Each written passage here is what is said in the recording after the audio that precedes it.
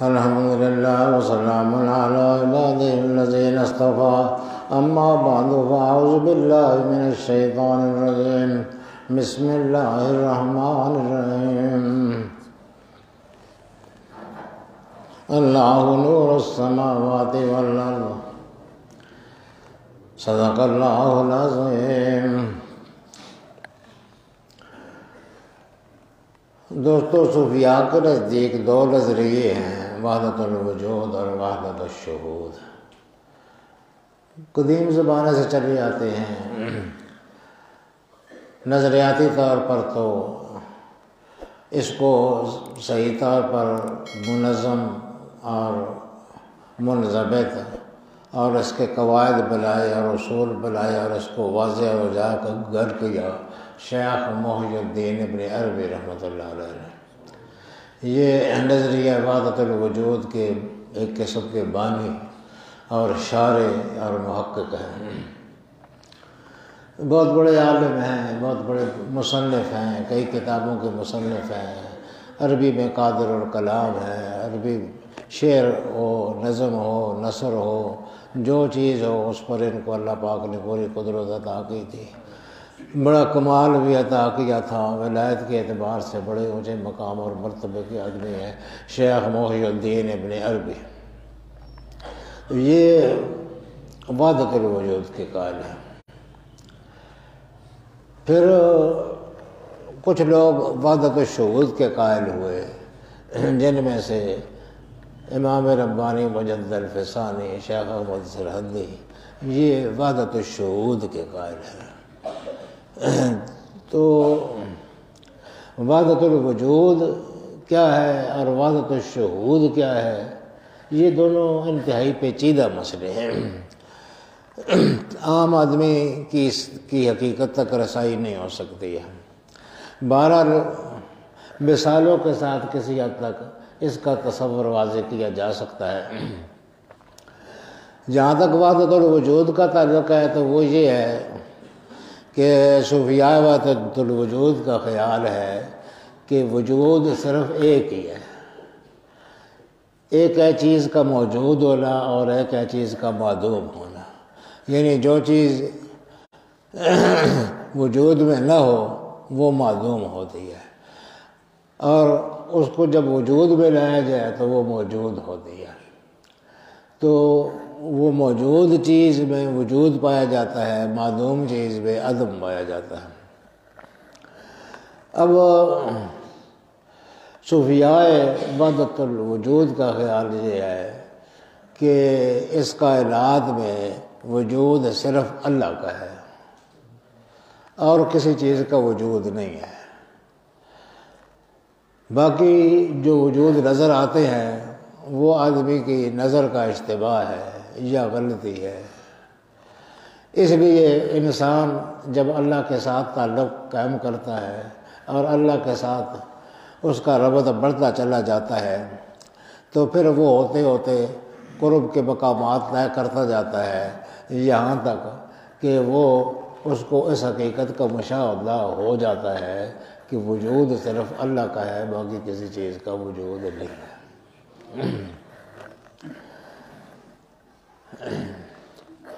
اس کے لیے مثال کے طور پر اب یہ وحدت الوجود مستقل ہے یا عارضی ہے. میں اس کی عارضی ہونے کی مثال ہم پیش کر سکتا ہوں، حقیقی کی مثال تو پیش کرنا مشکل ہے. عارضی طور پر مثال پیش کر سکتے ہیں. مثلاً یہ کہ حضور صلی اللہ علیہ وسلم فرماتے ہیں کہ کوئی آدمی نوافل کے ذریعے میرے قریب ہوتا جاتا ہے یہاں تک کہ میں اس کے کان ہو جاتا ہوں جن سے وہ سنتا ہے، میں اس کی آنکھیں ہو جاتا ہوں جس سے وہ دیکھتا ہے، میں اس کے ہاتھ ہو جاتا ہوں جس سے وہ پکڑتا ہے، میں اس کے پاؤں ہو جاتا ہوں جس سے وہ چلتا ہے. تو اب وحدت الوجود والوں کا تو خیال یہ ہے کہ بے عین ہی وہ اللہ کا ہاتھ ہو جاتا ہے اور اللہ کا پاؤں ہو جاتا ہے، اللہ کی زبان ہو جاتی ہے.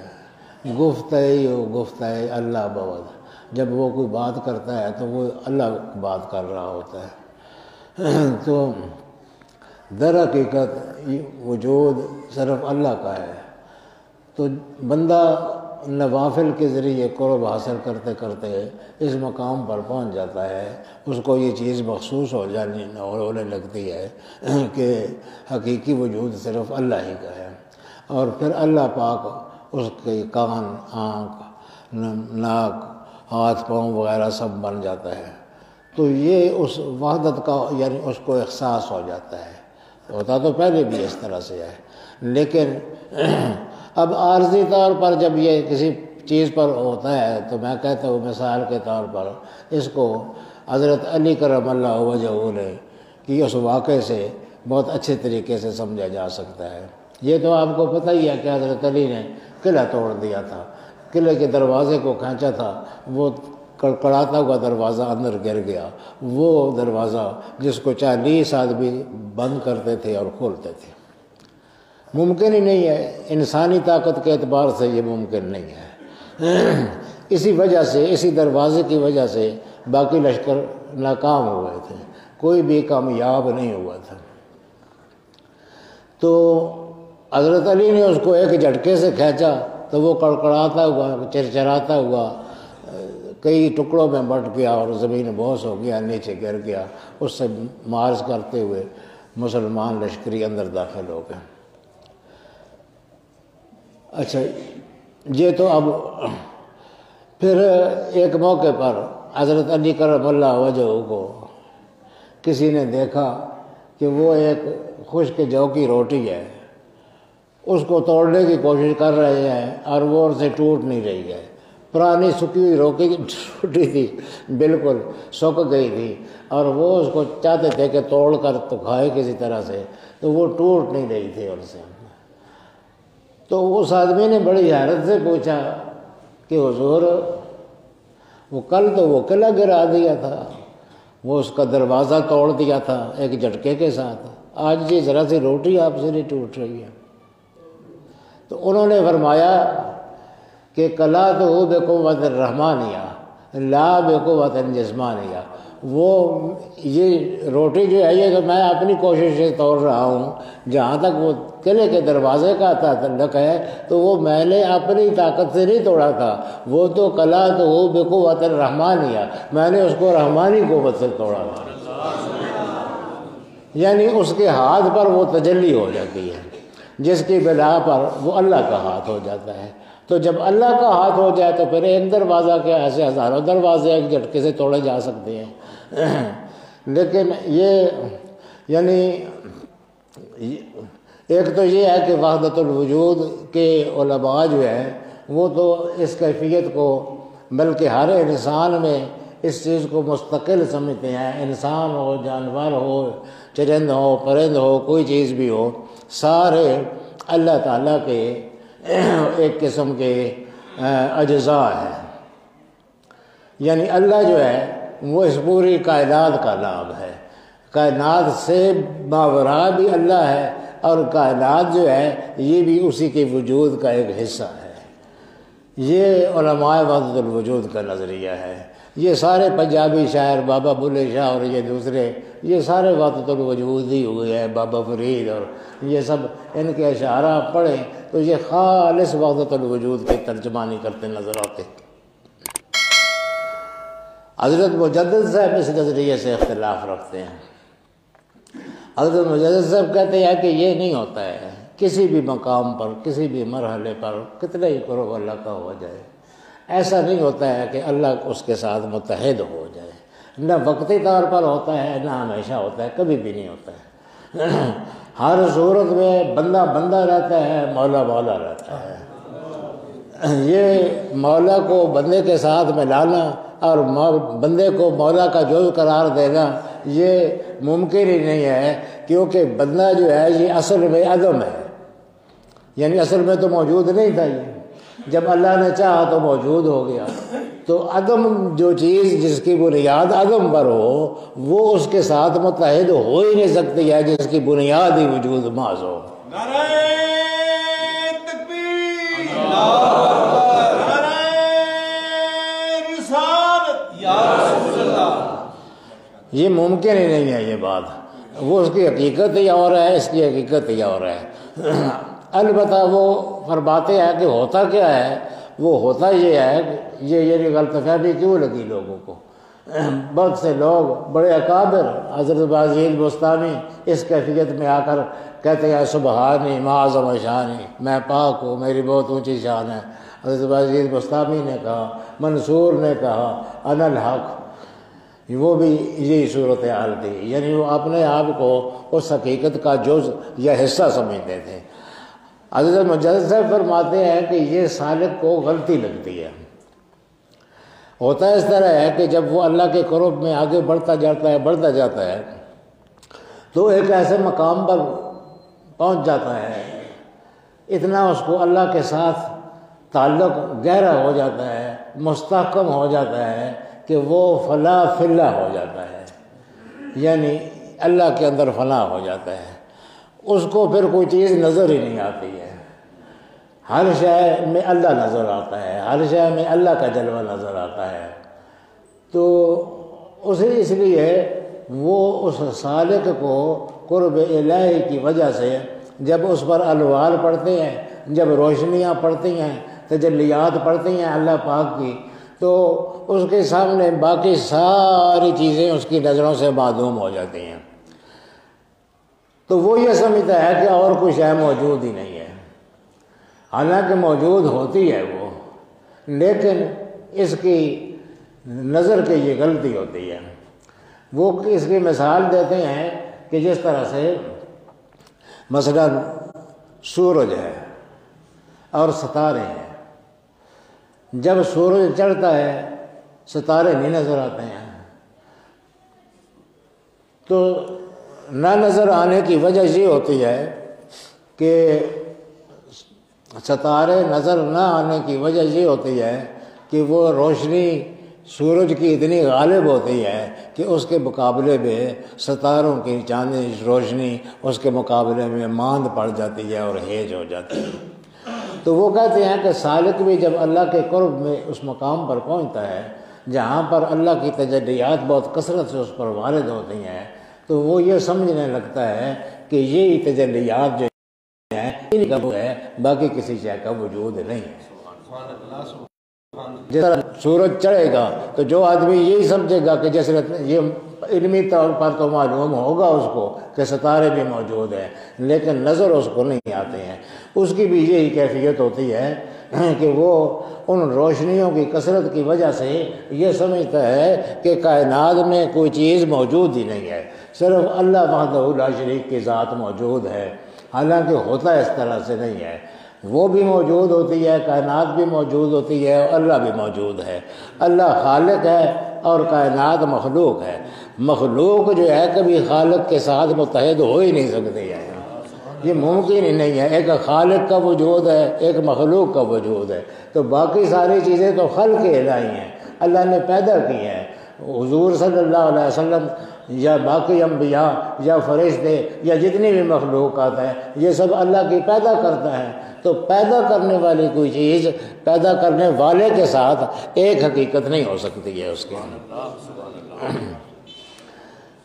اب وہ اگر اور ترقی کرے، مجدد صاحب یہ کہتے ہیں کہ کوئی نقش بندی نسبت کا حامل بزرگ موجود ہوتا تو وہ شیخ ابن عربی کو سمجھا دیتا کہ یہ آپ جو کچھ سمجھ رہے ہیں یہ وحدت الوجود نہیں ہے، یہ وحدت الشہود ہے۔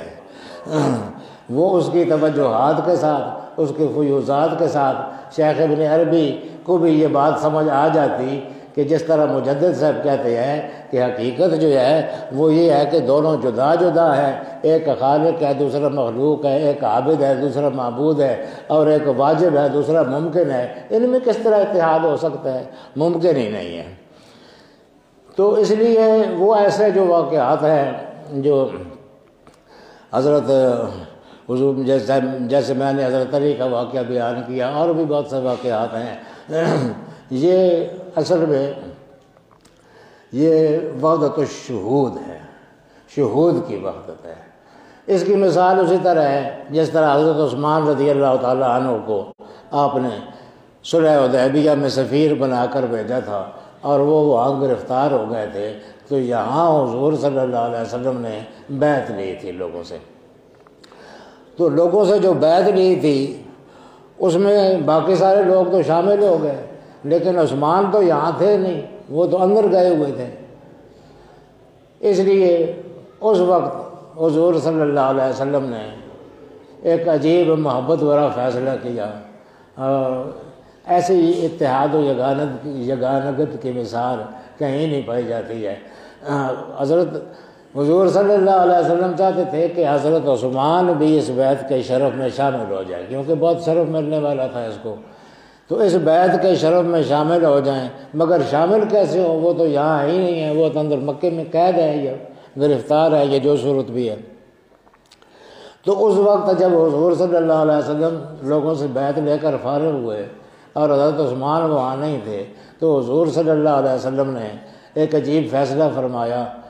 انہوں نے حضرت عثمان کو شامل کرنے کے لیے یہ طریقہ اختیار کیا کہ فرمایا باری تعالیٰ عثمان اپنی کسی ذاتی غرض کے لیے تو مکے نہیں گیا ہے، تیری مقصد کے لیے اور اس کے رسول کی مقصد یعنی میرے مقصد کے لیے وہ آ گیا ہے. تو میں چاہتا ہوں کوئی وہ اس بیعت میں شامل ہو. تو میں اس طرح کرتا ہوں کہ یہ میرا جو دایاں ہاتھ ہے نا، یعنی میرا جو بایاں ہاتھ ہے، اس بایاں ہاتھ کو میں عثمان کا ہاتھ قرار دیتا ہوں، اور یہ میرا جو دایاں ہاتھ ہے اس کو میں اپنا ہاتھ قرار دیتا ہوں، اور اپنے ہی ہاتھ کو، اپنے بائیں ہاتھ کو اپنے دائیں ہاتھ میں لے کر اس کو بیعت کرتا بھی ہوں اور بیعت ہوتا بھی ہوں اس کی طرف سے. یہ وہ شے ہے جس کو فارسی میں کہتے ہیں من تو شدم تو من شدی، من جا شدم تو تن شدی، تا کسر گوید باد ازی، من دیگرم تو دیگری. یعنی میں تو ہو گیا ہوں، تو میں ہو گیا ہے. من تو شدم، تو میں ہو گیا اور میں تو ہو گئے، اور من جان شدم تو تن شدی. یوں سمجھو کہ میں جان ہو گیا ہوں، روح ہو گیا ہوں، تو میرا جسم ہو گیا ہے. کس نہ گوید باد ازی، تاکہ کوئی اس کے بعد یہ نہ کہے کہ من دیگرم تو دیگری، کہ میں اور ہوں اور تو اور ہے. نعرہ تکبیر، نعرہ رسالت، اولیاء نقشبند زندہ باد. تو یہ بھی اسی وحدت کا مظاہرہ تھا، اور اس کی جو علماء نے وجہ بیان فرمائی ہے اس میں بھی اسی وحدت کی طرف اشارہ ہے. علماء نے یہ فرمایا ہے کہ یہ اعزاز حضرت عثمان کو کیوں ملا، اس لیے کہ انہوں نے قرآن جمع کرنا تھا، قرآن جمع کرنا تھا. اب قرآن جمع کرنا جو ہے وہ اللہ پاک نے فرمایا انا نحن نزلنا الذکر وانا لہ لحافظون، ہم نے قرآن نازل کیا ہے، ہم ہی اس کی حفاظت کرنے والے ہیں. تو اس کی تکمیل حضرت عثمان کے ہاتھ سے ہوئی، یعنی حضرت عثمان نے قرآن جمع کیا، قرآن کی کتابت کی، قرآن لکھا، اور اس کو جس شکل میں ہمارے پاس موجود ہے یہ انہیں کا ترتیب دیا ہوا اور لکھا ہوا ہے. تو اب وہ علماء یہ فرماتے ہیں کہ یہ حضور صلی اللہ علیہ وسلم نے کافی پہلے جو عثمان کے ہاتھ کو اپنا ہاتھ قرار دیا تھا تو اس میں راز یہ تھا کہ قرآن کی حفاظت اللہ نے کرنی ہے. اب اس کی حفاظت کا اہتمام ہوا ہے عثمان کے ذریعے سے. تو یہ اس طرح ہوا کہ عثمان کا ہاتھ مصطفیٰ کا ہاتھ اور مصطفیٰ کا ہاتھ اللہ کا ہاتھ. ان الذین یبایعونک انما یبایعون اللہ، جو لوگ تیری بیعت کرتے ہیں نبی وہ اللہ کی بیعت کرتے ہیں. تو ہاتھ عثمان کا مصطفیٰ کے ہاتھ میں گیا، مصطفیٰ کا ہاتھ جو ہے وہ اللہ کا ہاتھ ہوا، اور مصطفیٰ کا اور عثمان کا ہاتھ مصطفیٰ کا ہاتھ ہوا. تو عثمان کا ہاتھ بالواسطہ اللہ کا ہاتھ ہو جاتا ہے. اس لیے وہ جو وعدہ فرمایا ہے کہ ہم نے قرآن نازل کیا، ہم ہی اس کی حفاظت کریں گے، تو وہ اس طرح سے مکمل ہوا، عثمان کے ہاتھ سے مکمل ہوا، کیونکہ عثمان کا ہاتھ مصطفیٰ کا ہاتھ ہے اور مصطفیٰ کا ہاتھ خدا کا ہاتھ ہے. اس لیے عثمان کا ہاتھ گویا خدا کا ہاتھ ہے. نعرہ تکبیر، نعرہ رسالت، شان حضرت عثمان غنی. تو دوستو یہ سارے مراتب جو ہے یہ اللہ تعالیٰ کا قرب حاصل کرنے والوں کو حاصل ہوتے ہیں، اور اس میں زیادہ محنت اور زیادہ کاوش ساری ذکر کے ساتھ ہوتی ہے۔ ذکر جو میں نے گزشتہ جمعے میں بیان کیا، عبادات اور نیکی اور اچھے کام، کیونکہ حضور صلی اللہ علیہ وسلم نے جو اس کو دار و مدار رکھا وہ نوافل پر رکھا۔ ما زال عبدی یتقرب الی بالنوافل، کوئی بندہ میرے قریب ہوتا جاتا ہے نوافل پڑھتے پڑھتے، اتنا اس کو قرب حاصل ہو جاتا ہے۔ اچھا، یہ علماء فرماتے ہیں کہ یہ نوافل کا قرب جو ہے یہ چھوٹے درجے کی چیز ہے، اصل شاید تو فرائض کا قرب ہے، کیونکہ نوافل کا درجہ فرض کے بعد آتا ہے، تو نوافل کے ذریعے اتنا قرب بندے کو ہو جاتا ہے، تو جو فرائض کی بات زیادہ اہتمام کرے اور زیادہ صحیح طریقے سے ادا کرے، اس کا کتنا قرب ہوتا ہوگا، وہ اس سے بھی زیادہ بڑا قرب ہے۔ اور حضور صلی اللہ علیہ وسلم کا جو قرب تھا وہ قرب نوافل نہیں تھا، وہ قرب فرائض تھا۔ اس لیے وہ فرماتے ہیں کہ قرۃ عینی فی الصلاۃ، میری آنکھوں کی ٹھنڈک جو ہے وہ نماز میں ہے، یعنی وہ نماز پڑھتے ہوئے ان کو اللہ کے دربار میں ایسی حضوری نصیب ہوتی تھی کہ دنیا ما فیہا سے وہ غنی ہو جاتے تھے، مستغنی ہو جاتے تھے، اور اللہ کے ساتھ ان کا رابطہ اتنا مستحکم ہو جاتا تھا کہ ان کی آنکھیں ٹھنڈی ہو جاتی تھی، ان کو آنکھوں سے سرور آ جاتا تھا۔ اب یہ حیران کون بات ہے کہ حضور صلی اللہ علیہ وسلم نے کسی عبادت کے بارے میں یہ نہیں فرمایا کہ اس کے ساتھ میری آنکھوں کو ٹھنڈک ہے، روزے کے ساتھ ٹھنڈک ہے، نماز صدقے کے ساتھ ٹھنڈک ہے، یہ بے شمار عبادات ہیں، ان کے بارے میں نہیں، صرف نماز کے بارے میں فرمایا۔ تو وہ نماز بھی جو ہے، آپ نوافل بھی انتہا پڑھتے تھے، لیکن اصل میں فرائض میں آپ کا جو قرب ہے، فرائض کے ذریعے آپ کو جو قرب حاصل ہوتا تھا وہ نوافل کے قرب سے بدرجہ زیادہ تھا۔ اس لیے وہ نماز میں بھی ایسے ایسے نظارے کر لیتے تھے کہ ایک دفعہ نماز پڑھاتے پڑھاتے صبح کی نماز میں غالباً ہاتھ آگے کر لیا، پھر ہاتھ پیچھے کر لیا۔ صحابہ کرام نے کہا یا رسول اللہ، یہ ہاتھ آپ نے آگے بڑھایا تھا، پیچھے کر لیا، اس سے پہلے کبھی ایسا نہیں ہوا؟ فرمایا ہاں، یہ جو سامنے والی دیوار ہے نا، اس میں اللہ تعالیٰ نے جنت کو میرے لیے سامنے کر دیا تھا، یہاں مجھے اس سکرین پر پوری جنت نظر آ رہی تھی، اور وہاں اس کی قسم قسم کے بیوے نظرات ہیں، وہاں ایک انگور کا خوشہ تھا، وہ بہت اچھا تھا، بڑا خوبصورت تھا، وہ میں نے ہاتھ بڑھایا کہ میں اس کو توڑ لاؤں تمہارے لیے، لیکن پھر میں نے کہا کہ وہ جنت کی نعمتیں ہے، وہ دوسرا جہان ہے، اس کو یہاں نہیں ڈالا چاہیے۔ تو وہ فرائض میں آپ اس مقام پر ہوتے تھے، یعنی بظاہر وہ نماز پڑھ رہے ہیں اور اللہ کے ساتھ اتنا گہرا تعلق ہے کہ سارے جنت دوزخ کے مشاہدے بھی کر رہے ہیں، اور یہ سارے مشاہدے ان کو اللہ کی حضوری سے ذرا برابر غفلت نہیں پیدا کرتے ہیں۔ تو بہرحال یہ بہت اونچے مقام ہے۔ یہ پچھلے جمعے میں نے کہا تھا کہ وحدت الوجود وحدت الشہود کے بارے میں کچھ بیان کروں گا، اس کے وعدے کی تکمیل کر دی ہے۔ ویسے یہ بہت مشکل مقامات ہیں، بہت اونچے مقامات ہیں، ان تک رسائی تقریباً عام آدمی کے لیے ناممکن ہے۔